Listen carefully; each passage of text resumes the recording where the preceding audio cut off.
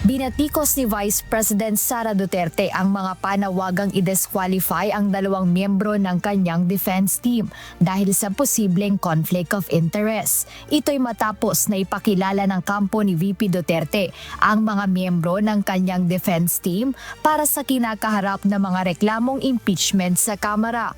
Partikular na kinwestiyon ni Bicol Saro Party List Representative Terry Ridon ang pagkakasama ni na Attorney Michael Powa at Attorney Reynold Munsayak sa defense team.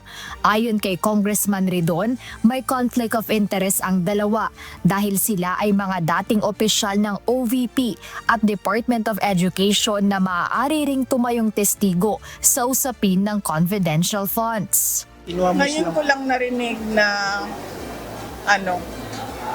yung respondent ay hindi pinapayagan kung sino ang kanyang lawyers. No? Ngayon lang ako nakarinig ng circumstance na hindi pinapayagan ang respondent kung sino ang pinipili niya na lawyer. So, antayin na lang natin kung ano mangyayari. Samantala ngayong araw, March 16, ang deadline para magsumite ng kanyang opisyal na tugon ang pangalawang Pangulo sa mga reklamong impeachment. Gayunman, hindi pa nagbigay ng tiyak na kumpirmasyon si VP Sara kung maghahain sila ng kontrasalaysay bago matapos ang ibinigay na deadline. Hapit namang Monday, no? Ano na to kung mag-file o dili? Antay na lang.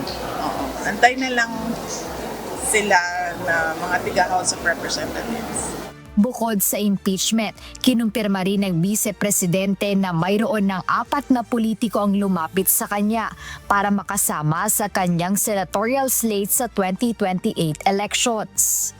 May mga lumalapit na ba sa'yo na magpa-line up for your senatorial slate sa 2028? Meron. Pila So how are you considering them, Vice?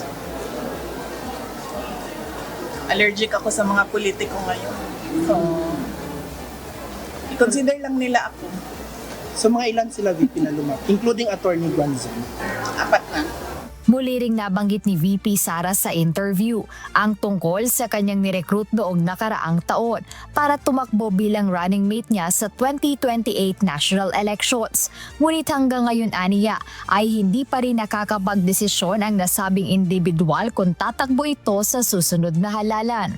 As I mentioned, noong episode ng Ibalik ang Tapang at Malasakit, nabanggit ko doon na meron akong ni-recruit last year. Does it mean na yun na? But hindi pa siya nag-decide kung tatakbo siya for Vice President or hindi. So, antayin na lang natin yung desisyon niya. Huwag na lang natin siya guluhin.